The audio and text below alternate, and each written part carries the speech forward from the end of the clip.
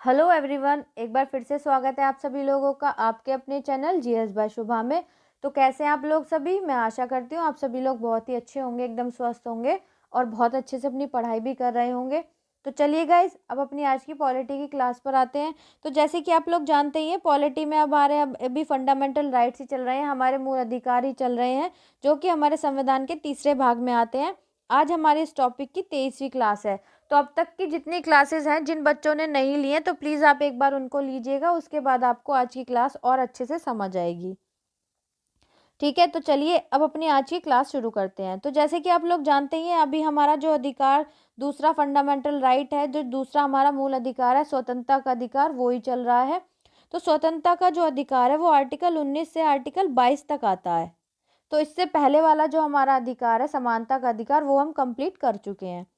तो स्वतंत्रता के अधिकार में भी अभी हम आर्टिकल 19 में ही पढ़ रहे हैं, आर्टिकल 19 के बारे में ही जान रहे हैं, क्योंकि आर्टिकल 19 जो है वो हमारे 6 अधिकारों की रक्षा करता है। तो किन किन 6 अधिकारों की रक्षा करता है वो हम पढ़ चुके हैं, उनमें से हम 5 अधिकारों के बारे में भी पढ़ चुके हैं। तो आज जो हम पढ़ने वाले हैं वो हमारा जो लास्ट छठा अधिकार है, उसको क्या बोलते हैं? उसको बोलते हैं व्यवसाय आदि का अधिकार है, मतलब व्यवसाय आदि की स्वतंत्रता या व्यवसाय आदि करने की स्वतंत्रता, जो हमारा लास्ट अधिकार है, जो कि आर्टिकल 19 में आता है। आज हम वो पढ़ने वाले हैं, वो कवर करने वाले हैं। ठीक है, तो चलिए अब वो शुरू करते हैं। तो ये सब तो हम पहले पढ़ ही चुके हैं, ये सारा कर लिया था, ये भी कर लिया था, निवास का अधिकार।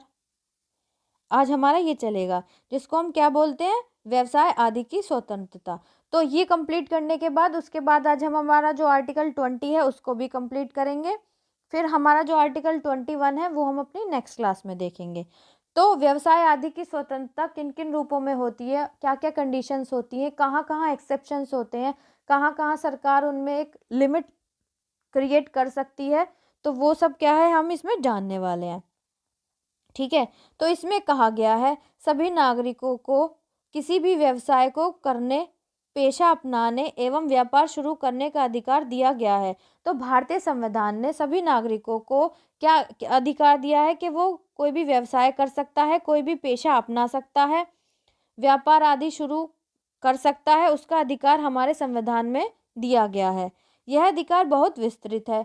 यह जो अधिकार है व्यवसाय की स्वतंत्रता, ये अधिकार जो है ये बहुत ही क्या है, विस्तृत है, बहुत ही ज़्यादा इसके बारे में डिस्क्राइब किया गया है। क्यों? क्योंकि यह जीवन निर्वाहन हेतु आय से संबंधित है। क्योंकि ये जो अधिकार है किसी भी व्यक्ति को जीवन जीने के लिए उसके जो आय है, जो उसकी इनकम है, उससे रिलेट करता है। तो इसलिए ये अधिकार क्या है, हम कह सकते हैं कि यह जो अधिकार है व्यवसाय की स्वतंत्रता, जो कि आर्टिकल 19 का छठा अधिकार है, तो वो क्या है, बहुत ही ज़्यादा विस्तृत है। ठीक है, इतनी बात आपको क्लियर है? चलिए नेक्स्ट आगे जानते हैं। आगे क्या कहा गया है? आगे बताया गया है राज्य सार्वजनिक हित में इसके प्रयोग पर युक्तियुक्त प्रतिबंध लगा सकता है। इसके अतिरिक्त राज्य को यह अधिकार है कि वह, अब राज्य क्या है? राज्य से मतलब है कि हमारी जो सरकार है, चाहे वो केंद्र की हो चाहे वो राज्य की हो, तो वो सरकार सभी लोगों के हित के लिए सार्वजनिक हित में लेकर इसके प्रयोग पर मतलब कि व्यवसाय आदि जो कोई व्यक्ति करना चाहता है, कोई भी पेशा करना चाहता है, कोई भी किसी तरीके का काम करना चाहता है, कोई बिजनेस करना चाहता है, तो उसके लिए कुछ कंडीशंस लगा सकती है, कुछ प्रतिबंध लगा सकती है। इसके अतिरिक्त क्या है, जो अतिरिक्त जो राज्य को यह अधिकार है, वो क्या क्या अधिकार है हम वो जानेंगे हम। तो सबसे पहले क्या कहा गया है? सबसे पहले बताया गया है किसी पैसा या व्यवसाय के लिए पेशेगत या तकनीकी योग्यता की जरूरी, मतलब कि तकनीकी योग्यता को क्या किया जा सकता है, जरूरी ठहराया जा सकता है। कहने का मतलब ये है कि राज्य क्या कर सकती है कि अगर कोई भी पर्सन, कोई भी व्यक्ति कोई व्यवसाय करना चाहता है, कोई भी बिजनेस स्टार्ट करना चाहता है, तो उसके लिए क्या कर सकती है सरकार? पैसा या व्यवसाय के लिए पेशेगत, या तो उसको क्या है वो पेशेगत होना चाहिए, या फिर उसको तकनीकी योग्यता होनी चाहिए, जो जिस भी टाइप का, जिस भी तरीके का वो बिजनेस करना चाहता है। मतलब ऐसे एज एग्जांपल ऐसे समझिएगा, जैसे कोई भी व्यक्ति एक मेडिकल मतलब केमिस्ट की शॉप खोलना चाहता है, जिसको हम आम भाषा में मेडिकल स्टोर भी बोलते हैं, वो खोलना चाहता है, तो उसके लिए सरकार ने क्या कंडीशन लगाई है कि उसके पास क्या होना चाहिए, तो डी फार्मा का डिप्लोमा होना चाहिए या फिर बी फार्मा होना चाहिए वो। तो इस तरीके की कंडीशंस क्या है हमारी सरकार लगा सकती है। ठीक है, पहली बात ये है। दूसरी बात क्या है, दूसरा बताया गया है, किसी व्यापार, व्यवसाय, उद्योग या सेवा को पूर्ण या आंशिक रूप से स्वयं जारी रख सकता है। मतलब कि कोई भी व्यवसाय है या कोई भी व्यापार है, कोई भी व्यवसाय है, कोई उद्योग मतलब कोई फैक्ट्री वगैरह है, या सेवा को पूर्ण या आंशिक रूप से स्वयं जारी कर सकता है, तो सरकार भी इसको खुद भी जारी कर सकता है। ये अधिकार किसको है, राज्य को है। राज्य को मतलब कि जो राज्य सरकार है और केंद्र सरकार दोनों को ही। ठीक है, आगे बताया गया है इस प्रकार, जब राज्य किसी व्यापार, व्यवसाय, उद्योग पर अपना एकाधिकार जताता है तो प्रतियोगिता में आने वाले व्यक्तियों या राज्यों के लिए अपने एकाधिकार को न्यायोचित ठहराने की कोई आवश्यकता नहीं। मतलब अगर सरकार खुद से कोई भी बिजनेस स्टार्ट करती है, कोई भी स्टार्टअप करती है, तो उस पर क्या है, अपना एकाधिकार जताती है सरकार, क्योंकि उस पर सरकार का अधिकार है। तो प्रतियोगिता में जो भी व्यक्ति आएंगे, मतलब अगर कोई, जैसे कोई गवर्नमेंट का कोई बिजनेस है, तो उसके अगेंस्ट में कोई भी प्राइवेट बिजनेस करता है, कोई भी व्यक्ति या राज्य के लिए अपना एकाधिकार को वो न्यायोचित ठहराने की उसको कोई आवश्यकता नहीं है। मतलब सरकार उसके लिए कोई ज़रूरी नहीं समझती कि उसको न्यायोचित ठहराना ही चाहिए कि हाँ ये ठीक है या ये गलत है, तो उसके लिए उसको कोई आवश्यकता नहीं है। ठीक है, चलिए नेक्स्ट, आगे क्या कहा गया है इस अधिकार में, आगे बताया गया है, इस अधिकार में कोई अनैतिक कृत्य शामिल नहीं है। यह जो अधिकार है, जो व्यापार, व्यवसाय या व्यापार की स्वतंत्रता है, जो आर्टिकल 19 में जो छठा फंडामेंटल राइट है आर्टिकल 19 में, तो यह क्या अधिकार देता है या क्या बताता है कि इस अधिकार में कोई अनैतिक कृत्य शामिल नहीं है, जिसमें नैतिकता ना हो, इस तरीके का कोई भी काम इसमें शामिल नहीं है। जैसे महिलाओं या बच्चों का दुरुपयोग, मतलब बहुत सी ऐसी कंपनियां होती हैं जहां पर क्या है, या खतरनाक हानिकारक औषधियों या विस्फोट आदि व्यवसाय, मतलब कि कहीं पर भी हानिकारक औषधियां बन रही हैं या फिर विस्फोटक आदि की कोई भी वस्तु बन रही है, तो वहां पर इस तरीके के व्यवसाय में महिलाओं या फिर बच्चों का दुरुपयोग नहीं कर सकते। इस तरीके की भी कंडीशन कौन करती है, जो हमारी स्टेट गवर्नमेंट है या सेंट्रल गवर्नमेंट है, वो इस तरीके की कंडीशंस भी लगा सकती है कि कुछ जो उद्योग होते हैं या कुछ व्यवसाय ऐसे होते हैं जिनमें हानिकारक औषधियाँ बनती हैं या फिर विस्फोटक आदि पदार्थ बनते हैं, तो वहाँ क्या है, महिलाओं और बच्चों का जाना या उनको काम करना वर्जित नहीं है। ठीक है, आगे क्या कहा गया है, राज्य इन पर पूर्णतः प्रतिबंध लगा सकता है। तो राज्य क्या कर सकती है, इन पर कंप्लीटली क्या कर सकती है, प्रतिबंध भी लगा सकती है, या इसके संचालन के लिए लाइसेंस की अनिवार्यता कर सकती है। मतलब राज्य क्या कर सकती है, किसी भी इस तरीके का कोई व्यापार यदि कोई व्यक्ति करना चाहता है, तो उस पर कंप्लीटली बैन भी लगा सकती है जो गवर्नमेंट है, और साथ ही साथ क्या कर सकती है, या फिर कह सकती है कि आपको, अगर आप इस तरीके का कोई व्यवसाय, कोई व्यापार करना चाहते हैं, तो उसके लिए आपको एक लाइसेंस, पर्टिकुलर लाइसेंस बनवाना पड़ेगा, गवर्नमेंट से परमिशन लेनी पड़ेगी, उसके बाद ही आप इस तरीके का कोई काम कर सकते हैं। और उसके साथ ही उसके अंदर क्या होगा कि कोई भी महिला या फिर कोई भी बच्चे इस तरीके का कार्य नहीं करेंगे। ठीक है, तो ये तो था हमारा आर्टिकल 19। तो इसी के साथ ही हमारा जो आर्टिकल 19 है वो कंप्लीट होता है। आई होप आपको ये बहुत अच्छे से समझ आया होगा। अब हम क्या चलते हैं, अब जो हमारा नेक्स्ट आर्टिकल है, आर्टिकल 20। तो जो हमारा नेक्स्ट फंडामेंटल राइट है, जो स्वतंत्रता का अधिकार में ही, उसके बारे में हम पढ़ते हैं। तो आर्टिकल 20 क्या बताता है, आर्टिकल 20 क्या बताता है, अपराधों के लिए दोष सिद्धि से संबंध में संरक्षण। मतलब यदि कोई भी व्यक्ति पुलिस द्वारा पकड़ा गया, मतलब पुलिस ने किसी भी व्यक्ति को अरेस्ट कर लिया, गिरफ्तार कर लिया किसी भी अपराध में, ठीक है, तो उस अपराध को सिद्ध करने के लिए भी, मतलब उस व्यक्ति को भी अधिकार है कि पुलिस ने जो जिस अपराध में उस व्यक्ति को अरेस्ट किया है, गिरफ्तार किया है, तो उसके लिए भी उसको राइट है कि वो क्या है, वो अपना बचाव कर सकता है, क्योंकि ज़रूरी तो नहीं है ना कि उस पर जो आरोप लगाए जा रहे हैं वो सही ही हों। ठीक है, तो किन किन कंडीशंस में वो किस किस तरीके के बचाव कर सकता है, वो हम आर्टिकल 20 में पढ़ते हैं। तो चलिए शुरू करते हैं। तो इसमें बताया गया है अनुच्छेद 20 किसी भी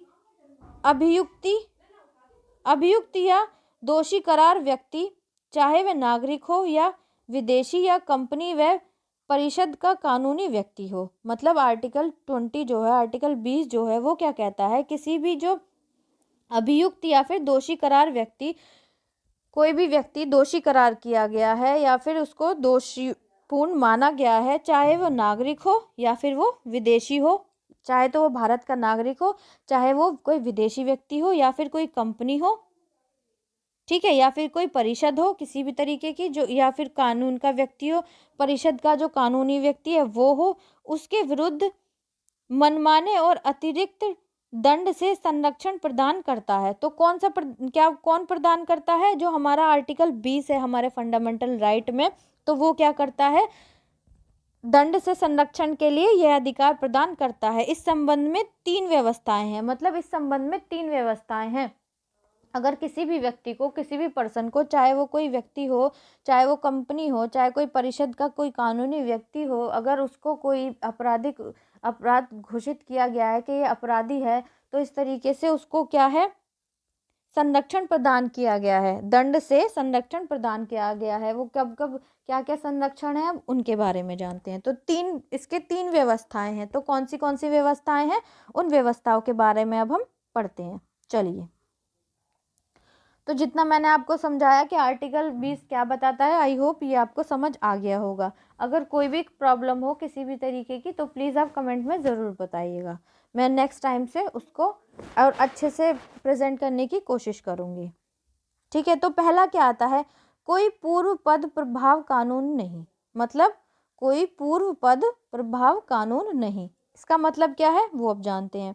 कोई व्यक्ति, मतलब कोई भी व्यक्ति, कोई भी कंपनी, कोई भी परिषद, कानूनी व्यक्ति, कोई व्यक्ति से, कोई विदेशी या भारतीय नागरिक, उससे मतलब ये है। तो इसमें सबसे पहला क्या आता है, पहली बात क्या आती है, किसी व्यक्ति अपराध के लिए तब तक सिद्ध दोष नहीं ठहराया जाएगा। मतलब किसी भी व्यक्ति को या फिर किसी भी व्यक्ति को किसी भी अपराध के लिए तब तक दोषी सिद्ध नहीं किया जाएगा या फिर दोषी नहीं ठहराया जाएगा। कब तक नहीं ठहराया जाएगा? जब तक कि उसने ऐसा कोई कार्य करने के समय जो अपराध के रूप में आरोपित है किसी प्रवृत्त विधि का अतिक्रमण नहीं किया है। मतलब कि जब तक कि उसने ऐसा कोई कार्य करने के समय, मतलब जिस टाइम पे उसने वो काम किया है जो आपराधिक रूप से आरोपित है, जब वो क्या है अपराध जिसके इस टाइम इस आदमी ने ये अपराध किया है, इस व्यक्ति ने ये अपराध किया है, उस अपराध के रूप में जो आरोपित है उस पर किसी प्रवृत्ति विधि का अतिक्रमण नहीं किया है। मतलब कि कोई विधि, किसी भी जो प्रवृत्ति विधि है उसका अतिक्रमण यदि उसने नहीं किया है तो तब तक उसको क्या नहीं किया जा सकता, उसको अपराधी घोषित नहीं किया जा सकता। ठीक है, पहली बात तो ये हो गई। या फिर दूसरी कंडीशन क्या होती है, दूसरी बात ये आती है, उससे अधिक शास्ति का भागी नहीं होगा। मतलब कि उससे अधिक शास्ति का भागी नहीं होगा जो उस अपराध के लिए किए जाने के समय प्रवृत्ति विधि के अधीन अधिरोपित की जा सकती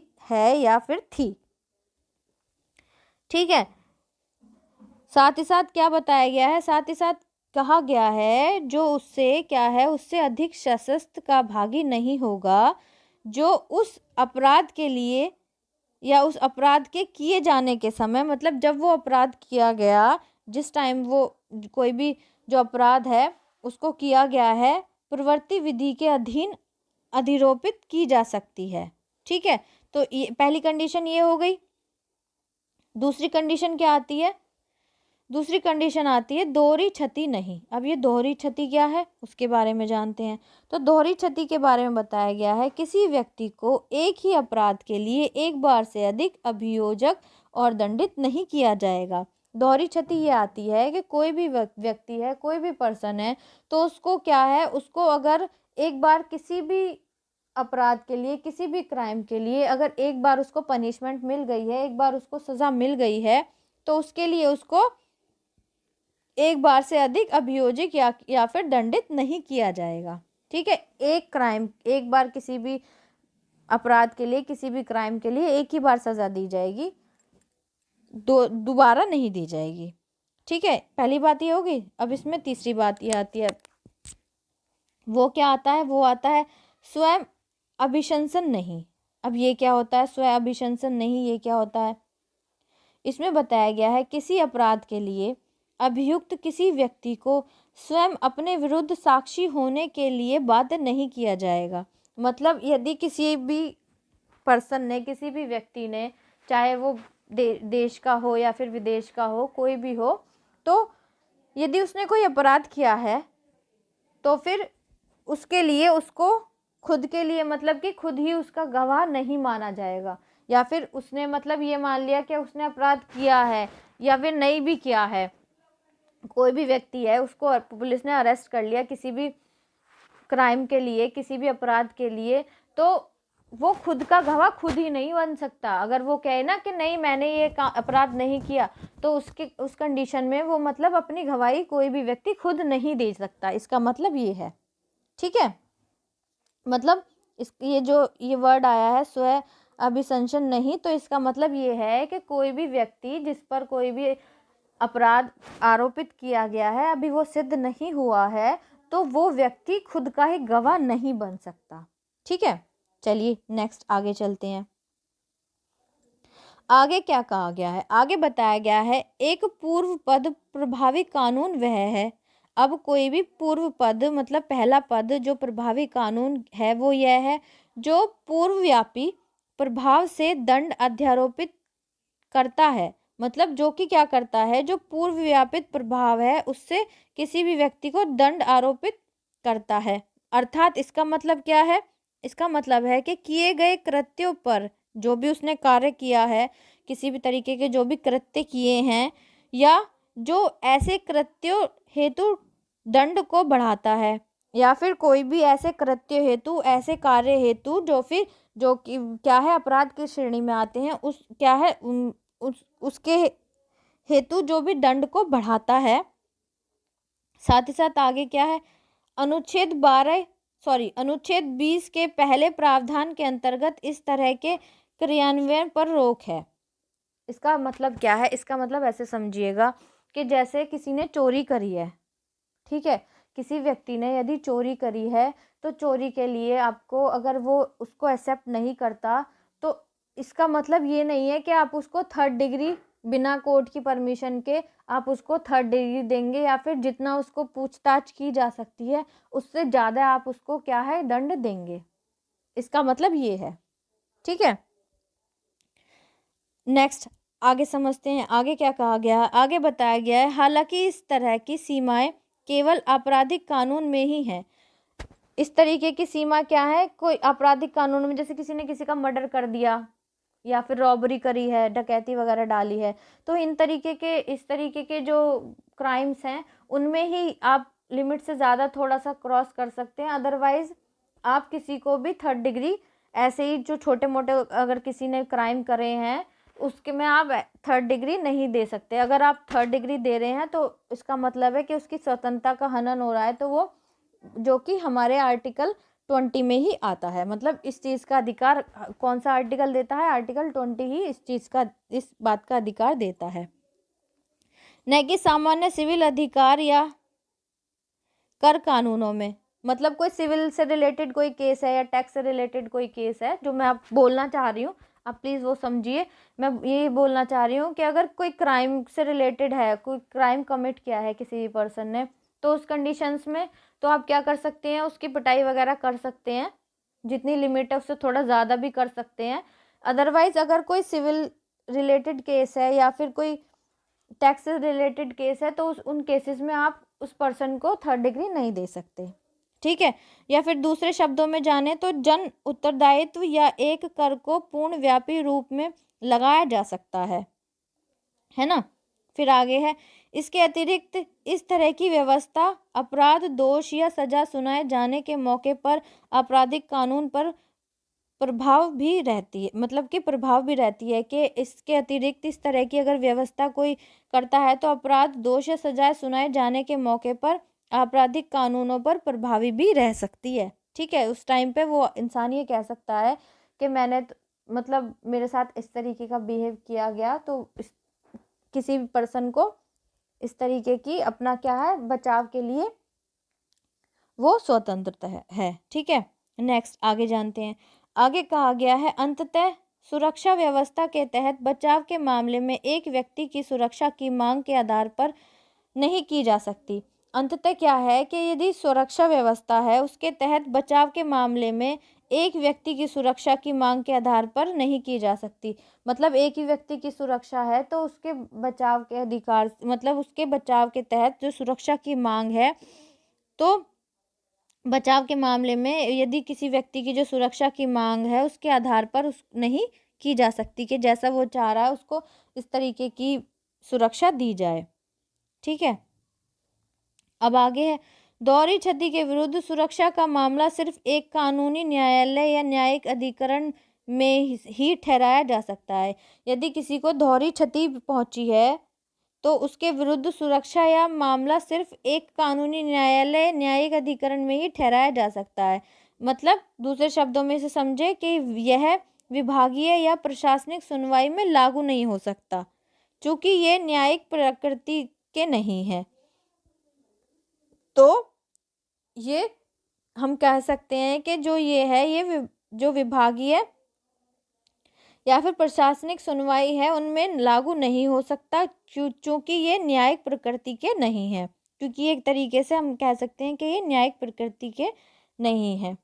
ठीक है, फिर आगे आता है, स्वअभिशंसन के संबंध में मौखिक और प्रलेखीय साक्ष्य दोनों में संरक्षण प्राप्त है। अब जो स्वअभिशंसन है उसके लिए क्या है या उसके संबंध में क्या है, मौखिक वर्बली या फिर प्रलेखित रिटन में साक्ष्य दोनों में संरक्षण प्राप्त है। मतलब उन दोनों में ही संरक्षण प्राप्त है।